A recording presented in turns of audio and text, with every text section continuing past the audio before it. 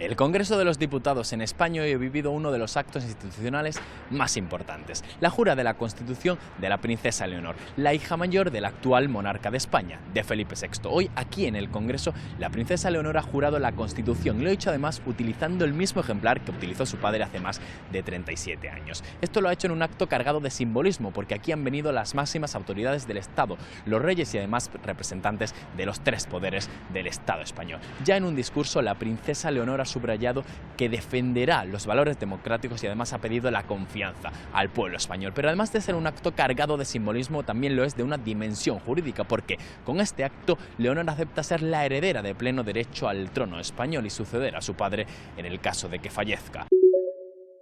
Los tanques israelíes ya están cerca de la ciudad de Gaza, avanzan por tierra para desconectar la urbe del resto de la franja y combatir contra Hamás en la ofensiva final.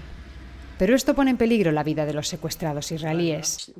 Gerson Baskin es el israelí que, tras años de negociaciones con miembros de Hamás, logró la liberación de Gilad Shalit en 2011. Cree que las negociaciones, con mediación de Qatar y Egipto, serán más complicadas con la operación terrestre en marcha. La opción de las fuerzas especiales está ahora sobre la mesa. Se han especializado en unidades especiales que han trabajado en Cisjordania durante años y saben cómo penetrar pueblos palestinos, vestirse como palestinos. Las primeras rehenes fueron liberadas, según él, por haber tenido ciudadanía estadounidense. Las segundas fueron dos mujeres mayores de 80 años. Ellas salieron posiblemente porque estaban más cerca del punto para sacarlas de Gaza. Eran mayores y estaban enfermas y no querían que murieran. Pero Hamás a cambio está pidiendo la liberación de 6.000 prisioneros palestinos. En el intercambio que cerró Baskin en el pasado, 1.027 palestinos salieron de las cárceles israelíes para que Gilad Shalit volviera a casa. Uno de ellos fue el prisionero Yahya Sinwar. Él volvió a casa y se convirtió en el líder político de Hamás en Gaza. El acuerdo se cerró, pero esta gente continuó con su causa y para convertirse en quienes cometieron el atentado terrorista del 7 de octubre. Los familiares que llevan semanas concentrados frente a la sede del gobierno han tratado de no derrumbarse con las noticias.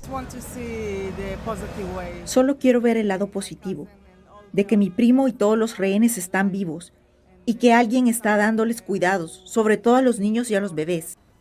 Los rehenes y su negociación seguirán marcando los pasos en esta guerra. Y el portavoz del brazo armado de Hamás, Abu Obeida, acaba de comunicar que en los próximos días van a liberar más rehenes con pasaporte distinto al israelí. Recordemos que hay al menos 50 tailandeses que fueron secuestrados porque trabajaban para las personas mayores que también fueron retenidas. Y según acaba de publicar The New York Times, ya hay en Israel comandos del ejército estadounidense que están ayudando a localizar a los rehenes en Gaza.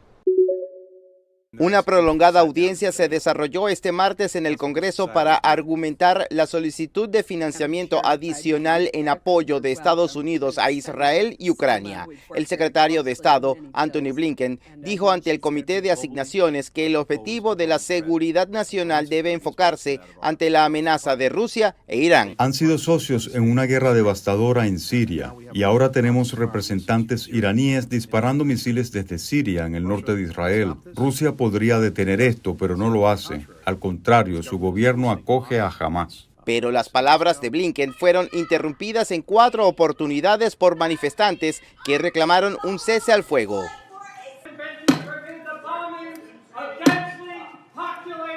En la misma audiencia, el secretario de Defensa Lloyd Austin afirmó que las democracias del mundo se fortalecen con el respeto a las garantías de las poblaciones bajo la guerra y en la protección a los civiles. Ahora entendemos plenamente que Hamás no representa al pueblo palestino y lamentamos la pérdida de civiles palestinos y en repetidas ocasiones he dejado claro a los líderes de Israel que proteger a los civiles en Gaza es tanto una responsabilidad moral como un imperativo estratégico. Ambas comparecencias fueron a favor de otorgar 106.000 millones de dólares en ayuda inmediata para la guerra en Israel, Ucrania y la seguridad fronteriza estadounidense. Los manifestantes en el Congreso estaban en contra del presupuesto.